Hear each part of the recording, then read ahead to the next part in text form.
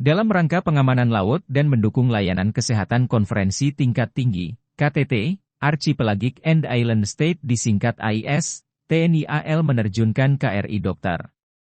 Rajiman Wediodiningrat, RJW, 992 sebagai kapal bantu rumah sakit. Kapal hasil karya anak bangsa ini pada jajaran Satgas Lakogapatpam VVIP KTT AIS 2023, memiliki fungsi mendukung layanan kesehatan di darat, laut dan udara. KRI ini memiliki dua fungsi, operasi militer perang maupun operasi militer selain perang. Dalam pelaksanaan operasi militer selain perang atau OMSP, KRI ini menjalankan tugas kemanusiaan untuk pelayanan kesehatan. KRI ini mempunyai peranan strategis dan dapat menjadi pilihan utama dalam pelayanan kesehatan di daerah pesisir dan pulau-pulau kecil di wilayah Indonesia. Pangko Armada 2 Laksda TNI Yayan Sofian selaku Komandan Satuan Tugas Laut dan Satgasla, Minggu 8 Oktober di Benoa menuturkan, KRI Rajiman Wediodiningrat 992, selain melaksanakan pengamanan nantinya juga akan digunakan sebagai kapal rumah sakit yang setara dengan rumah sakit kelas 2, di mana kapal ini dapat menangani pasien jika ada peserta KTT atau personel pengamanan yang memerlukan penanganan medis. KRI Dr. Rajiman Wediodiningrat didukung dengan sejumlah peralatan medis yang modern, kamar operasi, 12 orang dokter spesialis, dan laboratorium klinik.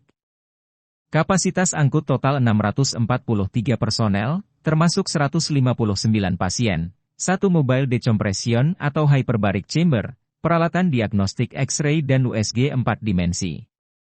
Dilengkapi juga laboratorium klinik, unit LCVT, ambulan bot. Memiliki ICU dan high care unit, ruang isolasi untuk penanggulangan wabah menular seperti COVID-19, bahkan memiliki CT scan. Sampai dengan saat ini, saya dapat informasi yang sudah konfirmasi hadir ada 25 negara. Negara-negara kepulauan dan negara pulau yang hadir di Bali ini pada tanggal 10 dan 11 Oktober 2023. Selaku Satgasla, Koarmada 2 mengerahkan susunan kekuatan terdiri dari 9 KRI dengan berbagai macam jenis. Ada fregat, terus kemudian bantu rumah sakit seperti KRI Rajiman ini, terus kemudian kapal-kapal patroli dan kapal-kapal penyapuran jauh. Tentunya kapal-kapal tersebut memiliki kemampuan masing-masing.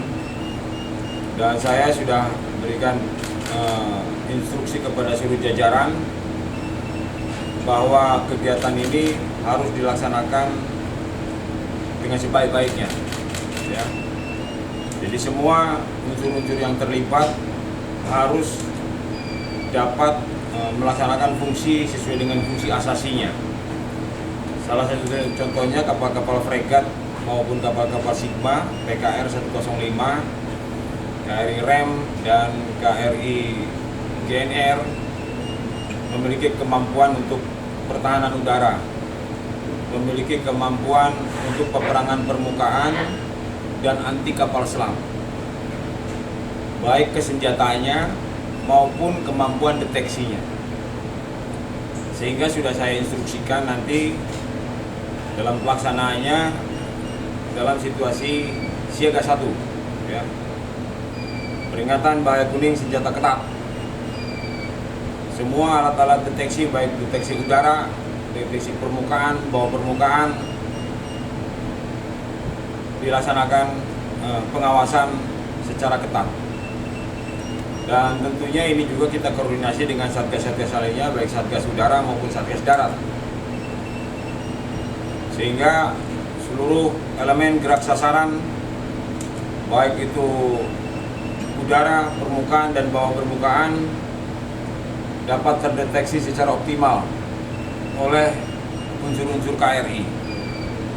Sehingga di sini perlu ada koordinasi yang ketat dengan satgas-satgas lain. Apabila ada pergerakan udara, tentunya harus melalui koridor yang telah ditetapkan, koordinasi antara satgaslah dengan satgas udara. Dan di sisi lain juga Satgaslah mengerahkan sejumlah, ada 2 helikopter, ya, yang digunakan untuk evakuasi maupun untuk melaksanakan medical evacuation maupun VVIP evacuation.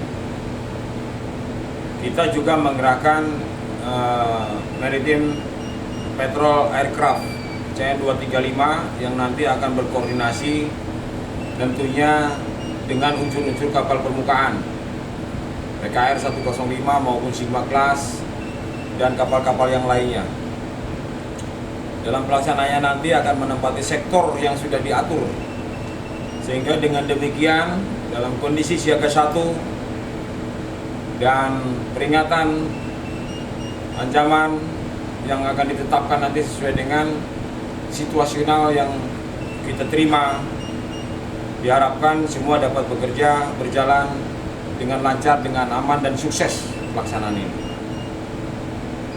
Seluruh personil yang ada di KRI sekitar 1.524 orang, demikian juga pangkalan-pangkalan yang ada di sekitar Bali ini, baik itu Lantamal 5 Surabaya dengan lana-lana yang ada di bawahnya, terus kemudian Lantamal 7 Kupang dengan lana-lana atau pangkalan-pangkalan yang ada di bawahnya, saya siagakan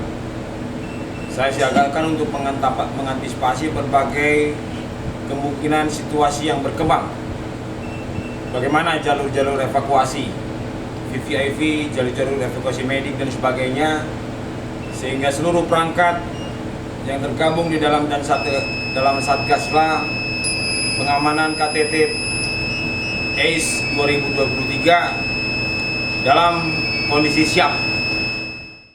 Dalam pengamanan KTT AIS 2023, TNI Angkatan Laut yang tergabung dalam Satuan Tugas Laut, mengerahkan 9 kapal perang, 2 helikopter dan Sea Rider.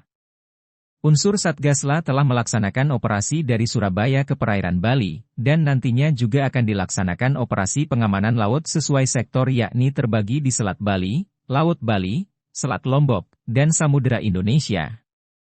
Disiagakan pula, Search and Rescue, SAR, evakuasi tamu VVIP, dan evakuasi medis.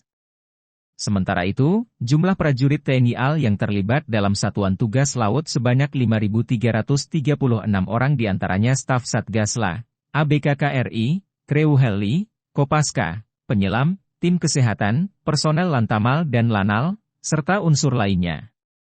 Sejumlah kapal perang Republik Indonesia, KRI, disiagakan di perairan Bali. Rinciannya, KRI Raden Edi Martadinata, 331, KRI I Gusti Ngurah Rai, 332, KRI Yosudarso, 353, KRI Abdul Halim Perdana Kusuma, 355, KRI Sultan Hasanuddin, 366, KRI Sultan Iskandar Muda, 367, KRI Pulau Raas, 722, KRI Bontang, 907, dan KRI Rajiman Wediodiningrat 992. TNI AL juga mengerahkan Sea Rider, LCVP, CN-235, Heli Bell, dan Heli Panther. Eka Adiasa melaporkan.